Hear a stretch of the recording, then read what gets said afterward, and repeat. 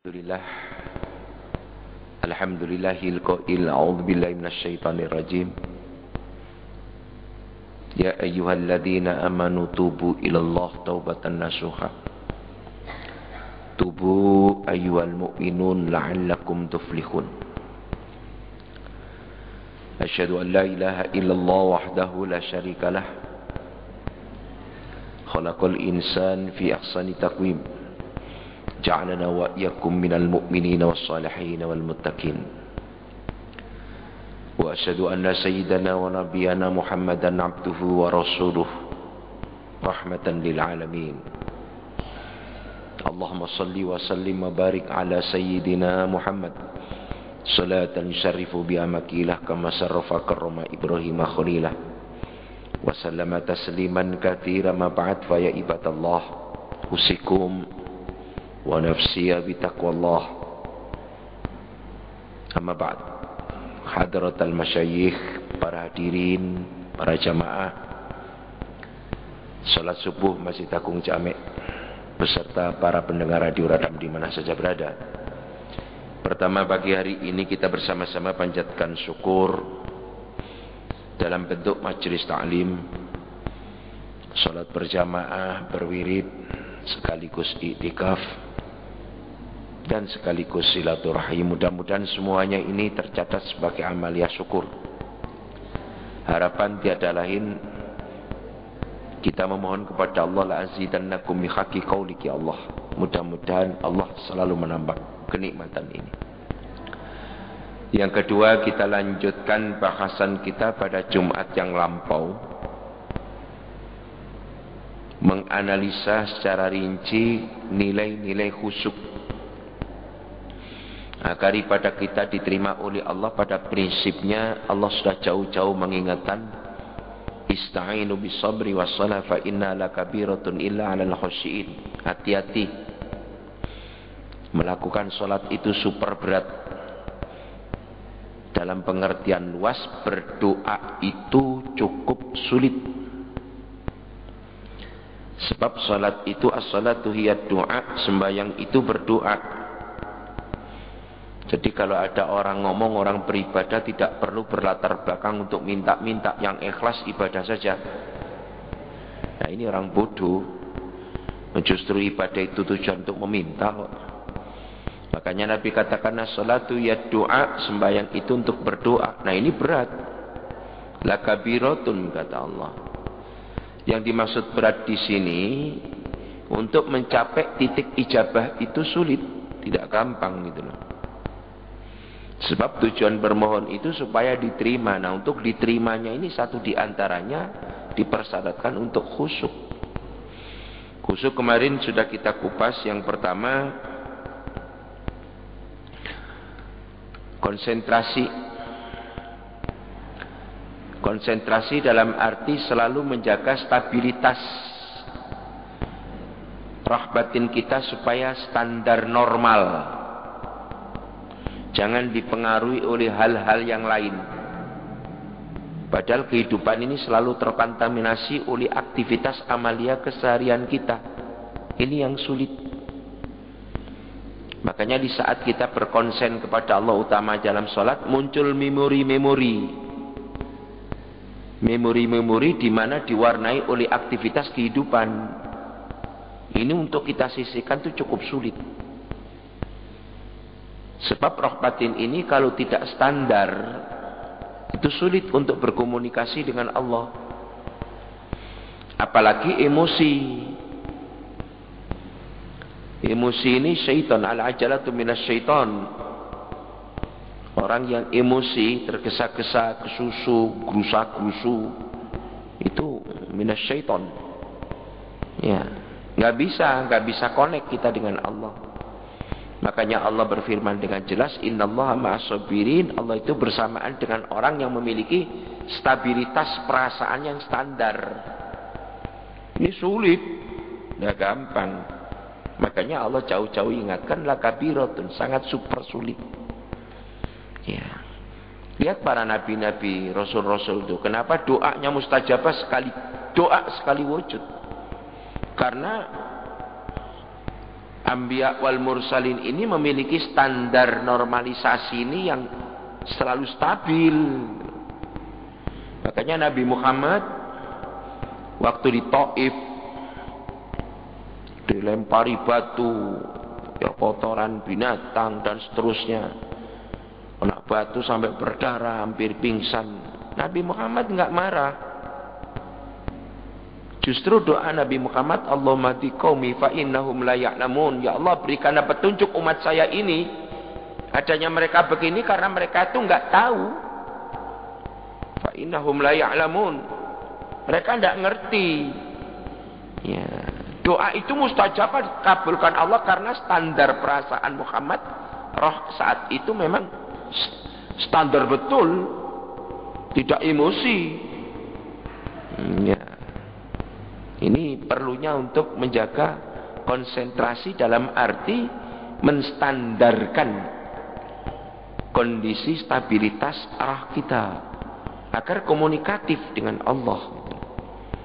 Ini sulitnya. Maka ada beberapa aturan kita membatasi kecintaan lingkungan, termasuk kecintaan dunia. Membatasi ini pengertiannya juga luas. Ada orang supaya tidak bersiko, dia nggak mau harta. Ada? Ya tidak bisa kita salahkan filsafat dia kehidupan dengan tenangnya itu dengan cara begitu. Ya tidak salah. Wah ya tidak bisa lah. Kalau kita tidak punya itu kan pikiran ribut itu kan kamu. Oh bagi dia enggak kok. Bagi dia dengan begitu itu malah tenang gitu loh. Ya. Mungkin bagi saya mujahid lain lagi. Ya. Saya akan tenang kalau segalanya serba kecukupan, pikiran sudah bisa santai. Itu filsafat saya. Tidak sama satu dengan yang lain. Maka pengertian zuhud di sini ini membatasi kecintaan dunia bukan berarti tidak suka sama dunia. Itu terserah masing-masing orang. Ya.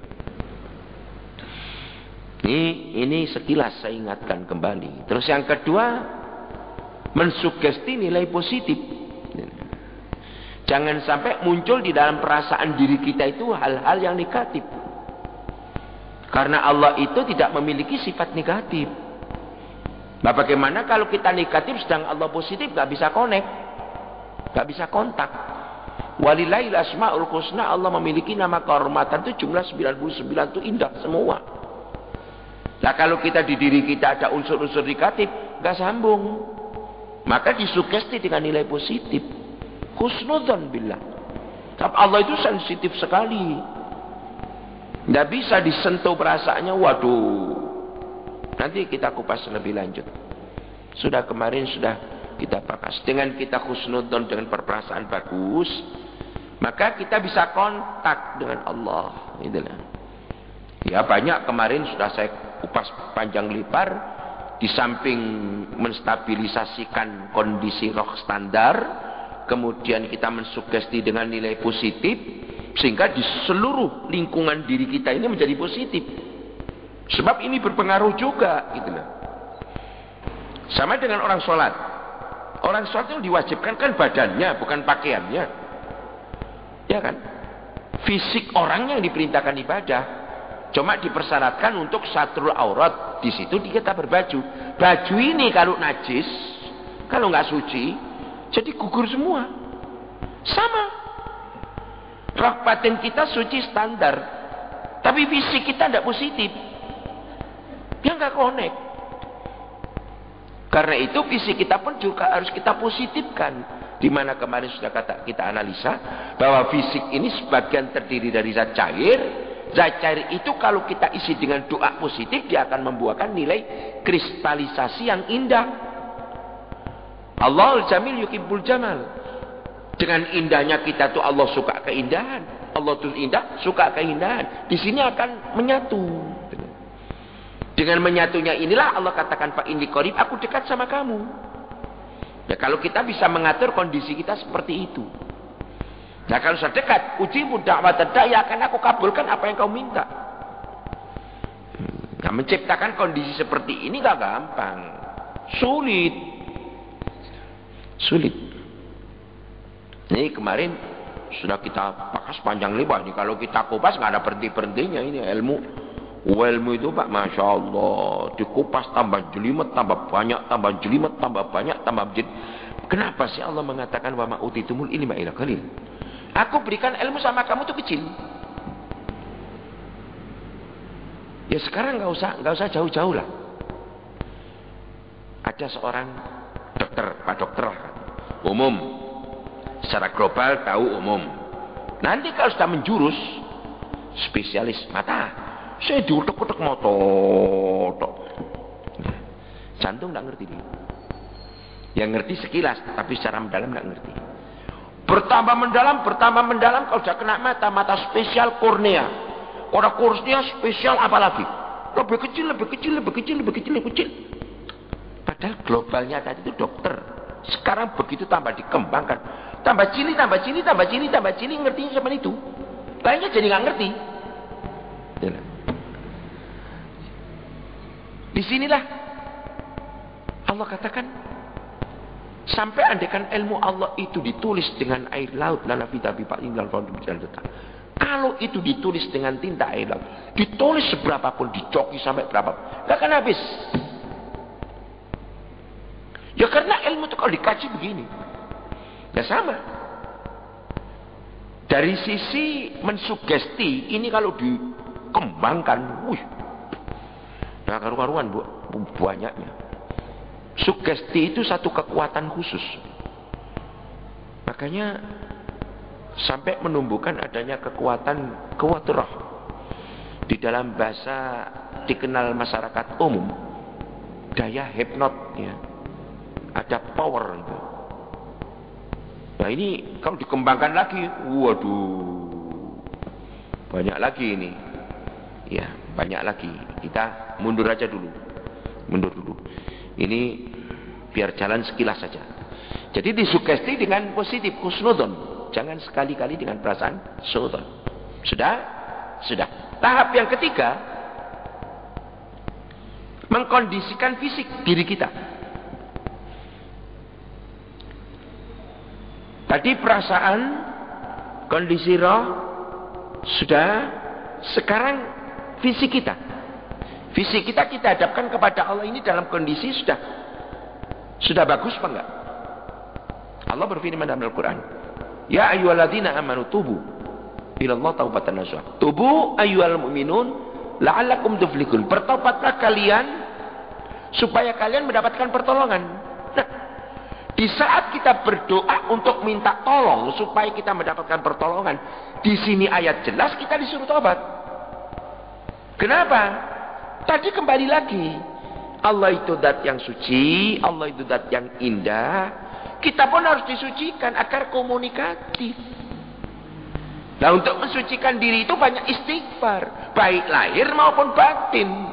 Karena itu istighfar tidak gampang, sulit. Di sana ada beberapa bagian daripada istighfar. Seorang ulama besar penganut mazhab Syafi'i, seorang ulama namanya Imam Qushairi.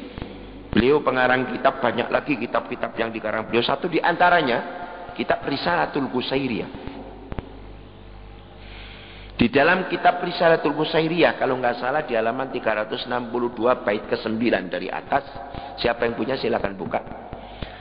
Di sana ditulis at-taubatu awwalu manzilin min manazilis salikin wa awwalu maqami min maqami talibin.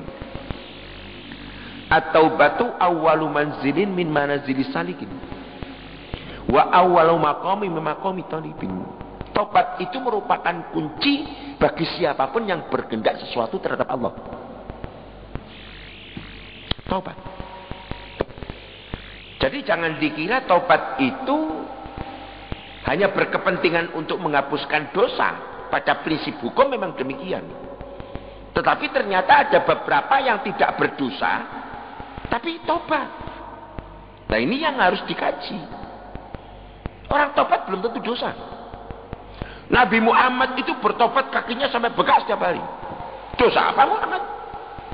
Orang maksum, Sayyidur Rasul, nggak mungkin melakukan dosa. Nah, ada apa? Nah, disitulah perlu kita kaji. Ada tingkatan-tingkatan tobat. Tobat yang pertama memang dosa, sudah nggak perlu dibahas. Dosa itu dosa. Ya makanya kadang-kadang orang itu ya apa ya, sudah jelas dosa tapi bergaya tidak dosa, bahkan tidak mengakui kalau dirinya dosa. Ya, kadang-kadang berulah dalih dan seterusnya. Mulut boleh main, tetapi fakta dibaca oleh Allah. Makanya di pengadilan besok di hari kiamat Allah katakan, "Qul innal mautal ladzi tafiruna minhu." Katakan. Qul, katakan Muhammad, "Innal mautal ladzi tafiruna minhu." Urusan mati yang mereka sangat takutkan. Manusia itu semua takut mati. Yang ana wong ditakoni, "Wah, kula mboten wedi mati." Ora tok. Wong putih ini lara titik go nang dokter ya wedi mati. Hah? Ya. Qul innal mautal ladzi tafiruna minhu fa innahu mulaqikum. Katakan Muhammad, unsur mati yang mereka takutkan, yang mereka lari dengan mati, maksudnya maqasidul kalam dari ayat ini takut dengan mati. Mulaqikum akan menjemput kamu, akan menemui kamu. Kamu nanti akan mati. Tsumma turadduna ila alimil ghaibi wasyahadah. Nah, tsumma turadduna ila alimil ghaib. Kita akan dikembalikan kepada zat yang maha tahu seluruh keaiban manusia. Barang-barang yang aib tahu semua. Allah qadirun ala kulli syai' wasyahadah, dan disaksikan itu. Tsumma turaduna ila alimil ghaib wasyahadah fayunabbiukum. Nah, di situ bima kuntum ta'malun. Nah, ditunjukkan dengan apa yang kamu lakukan. Jadi kita mesti harus mengintrospeksi diri. Yang mengintrospeksi diri artinya segala perilaku kita yang diperlukan kita harus bertobat, kita lakukan tobat. Apa saja itu? Satu, perilaku yang memang menyalahi aturan. Kewajiban sembahyang, gak sembahyang, nyolong dilarang sih tetap nyolong, judi haram ya sih tetap main terus, wis dikandani nek mabuk iku mlebu neraka ya sih mabuk ae. Nah, ini sudah jelas dosa ya. Sudah jelas, nggak perlu dibahas lagi, harus tobat. Tobat itu satu, menyesal, tidak mengulang lagi, ya beristighfar kepada Allah, merasa bersalah, dan begitu seterusnya. Nah, itu jelas tobat. Terus tobat yang kedua, tobat karena menyinggung perasaan. Para bapak, para ibu, para rawuh, hadirin, para pendengar Radio Radam di mana saja berada. Orang itu kalau salah terus minta maaf gampang. Tetapi kalau orang itu kesinggung, kita minta maaf sulit, Pak. Ayo. Nek dilihat dari tingkatan bobot dosa, salah jelas dosanya gede. Nyinggung dosanya rodok nisore. Secara hukum ya, secara hukum. Tapi praktek kenyataannya beda. Ono uang pas lungguh di pinggir dalan, dadak wong mlaku iki delereng, karo nek kena wong lungguh, nabrak. Des ditabrak. Sing lungguh katene ngono, "Masya Allah, Pak. Ngapunten, Pak, ngapunten kula niku boten sumerap. Ngapunten nggih, Pak, nggih, ngapunten." Betul. Oh, orang ini mau marah, tapi karena begitu minta maaf, langsung dimaafkan. Ya. Ana Pak polisi jaga di perapatan. Ada mobil sudah jelas lampu merah, agak kebablasan titik. Sret. Kelewat dari batas garis, terus mundur sedikit, diparani sama Pak polisi, supirnya turun. "Aduh, mohon maaf Pak polisi, saya salah. Tadi saya kelewat ke sana, tapi saya mundur lagi, tapi tetap saya salah. Saya mohon maaf. Cuman ya kalau memang itu aturan, ya monggo, kalau mau ditilang, monggo. Tapi saya mohon maaf, monggo kalau ditilang." Polisi kereng kaya apa, Pak? Nek dingene no. Lho atine. Wong polisi nekat moro, supire kok wis mudhun dhisik. Kan ngajeni. Ini tapi ono tapi mana? Begitu lampu merah, kene nyelonongnya wis kira-kira oleh 3 meter. Mandek gak gelem mundur. Wis mandek di kono. Polisi datang. Siang, Pak. Siang. Coba SIM-nya mana? Loh, saya salah apa? Saya kan tidak salah, kan sudah berhenti saya. Nah ini lampu merah kan sudah berhenti. Wis genah ketok salah. Mokong. Bulet. Ini polisi kesinggung. Akhirnya Pak. Coba mana SIM-nya? Tetap ditanya. Mana SIM-nya? Mana STN-nya? Dah, bawa polisi. Kantor. Disuruh ke kantor. Mantore nang kantor. Polisi ini kadang kantor. Sik menggok merono. Mereka mangkel atine. Iki wong genah salah. Sik bulet ta iki. Wis jelas salah. Tapi kok dia itu sik mokongan. Kesinggung. Kesinggungnya ini menjadikan urusan jadi bulet. Nah ini tamsil seperti ini bisa dibawa enggak di dalam syariat agama? Oh iya. Mana buktinya? Nabi Daud itu nikah pada satu saat honeymoon di kerajaan, didatangi 2 orang. Ditanya, Daud, siapa yang kamu nikah? Ini gadis desa, ada apa? Dan kamu kok tanya saya, berani amat, kamu siapa? Nabi Daud tidak perlu mempertanyakan kami siapa. Saya tanya, itu wanita siapa? Ini gadis desa dan belum punya suami. Terus ada urusan apa? Dia belum punya suami, betul. Dan belum dinikah oleh siapapun, diminta dikasihkan oleh orang tuanya. Sah. Tetapi ini wanita, calon istrinya panglimamu yang kau perintahkan ke perbatasan peperangan yang sudah 8 bulan belum pulang. Kalaupun dia pulang, tahu calon istrinya kamu nikahi, betapa susahnya itu panglima. Kamu salahnya tidak salah, cuma kamu jadi nabi menyusahkan umat. Sebentar, saudara ini siapa? Saya yang diutus oleh Allah untuk mengingatkan Anda. Jadi Anda malaikat. Kami Ba'dil Mufassirin dalam kitab tafsir ini, tafsir Qurtubi dan Marawi mengatakan itu malaikat. Nangis Nabi Daud. Bertobat kepada Allah sampai meninggal dunia. Maka dari itu Nabi besar Muhammad sallallahu alaihi wasallam memerintahkan tubuh kata batid Daud, tobatlah kamu sungguh-sungguh seperti Daud itu. Pada prinsip hukum tidak salah, tapi secara moral. Pangeran itu sensitif, Pak. Nabi Uzair itu melihat tulang manusia, batine ngomong jurni hati. Kaifa yuhdi hada ba'tomnia. Yo po yo meni-meni pangeran iku nguripi belum kok ingin. Langsung kesenggung Gusti Allah. Loh, Uzair.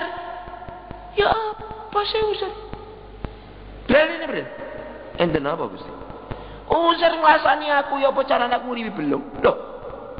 Napa nggih? Lah iya. Lah wong iku nabi, iman wis tak tata.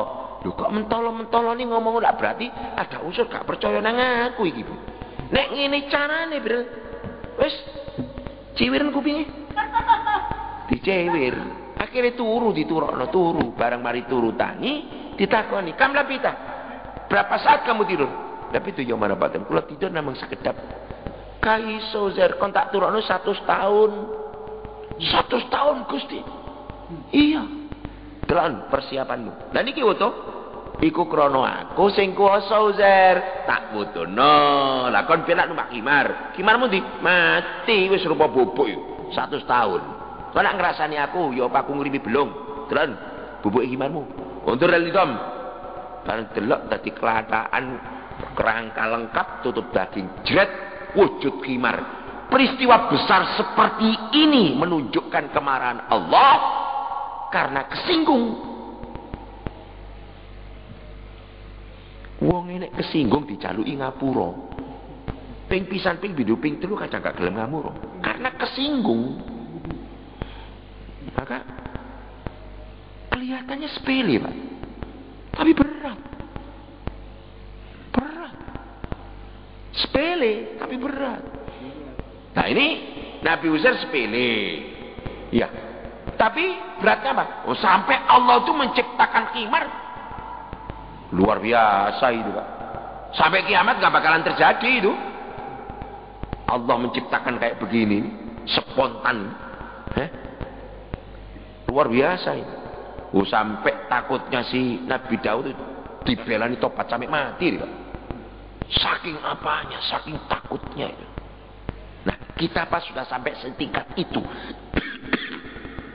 Ya kendati pun tidak setingkat itu, sekian prosentasi lah. Itu tobat.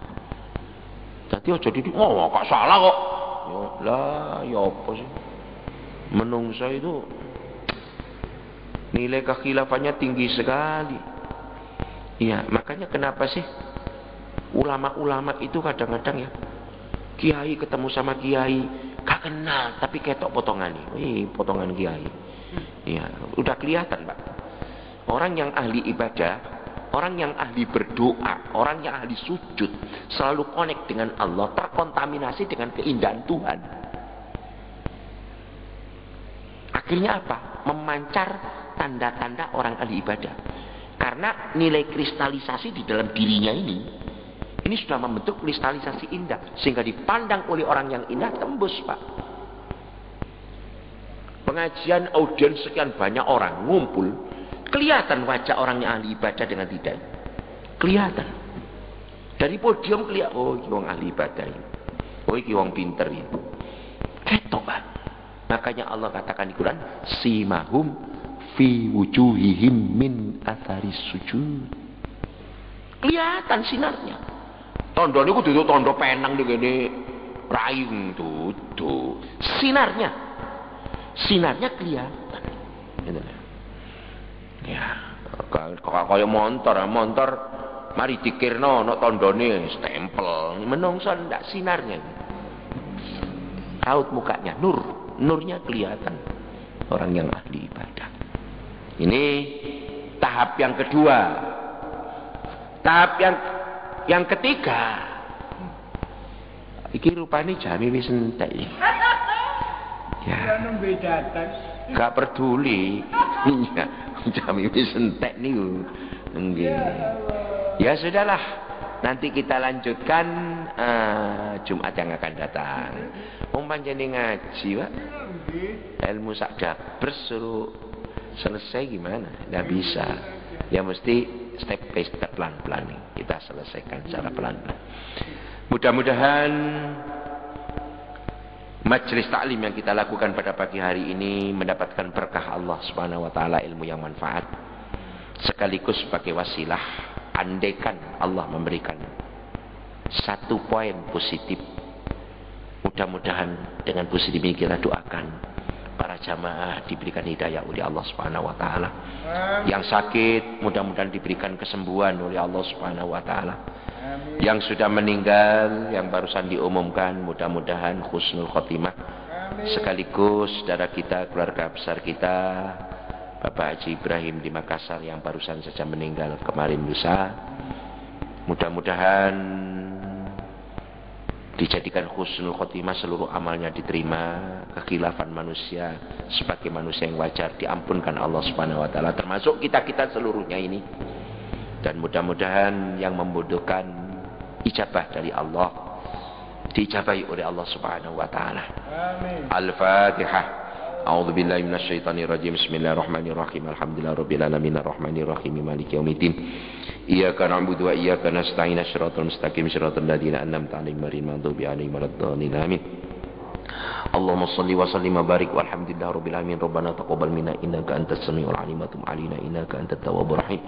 Rabbana ighfir lana dzunubana wa kaffir 'anna sayyi'atina wa tawaffana ma'al abrar. Rabbana ighfir lana wa li walidayna kama rabbayana shighara. Ya Allah, Rabbana dzalamna anfusana wa illam taghfir lana wa tarhamna lanakunanna minal khasirin. Rabbana hab lana Rabbana hab lana min azwajina wa dhurriyyatina aulatina wa banatina qurratan a'yunin imama. Allahumma ij'alna wa iyyahum istajib hajatana ya Allah. Auladana wa banatana ya Allah, ya Allah hajatana ya Allah. Anakna hadini ya Allah.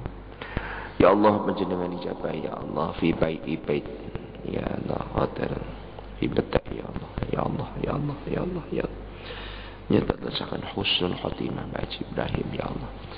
Allahumma ij'alna wa iyyahu min khairil aminin wa tuqa wal huda wal ghina was salama ala auladina wa banatina wa zawjati ya Allah ya Allah ya Allah ya Allah.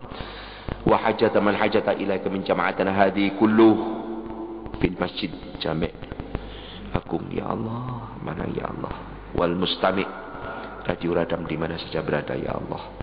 Rabbana atina min ladunka rahmah bi rahmatika hayyi lana min amrina rasyada ya Allah.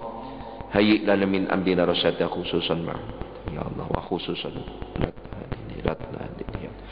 wa khususan ya Allah al-mabata ya Allah wa khususan majid wa khususan zawjati wa banati ya Allah wa jama'atana hadhihi kulluh.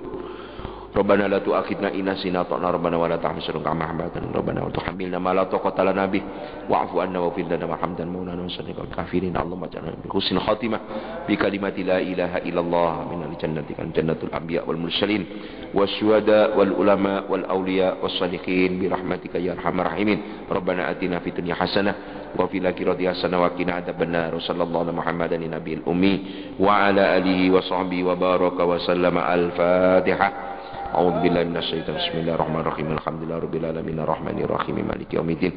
Iyyaka na'budu wa iyyaka nasta'in. Shiratal mustaqim shiratal ladzina an'amta 'alaihim ghairil maghdubi 'alaihim waladdallin. Amin.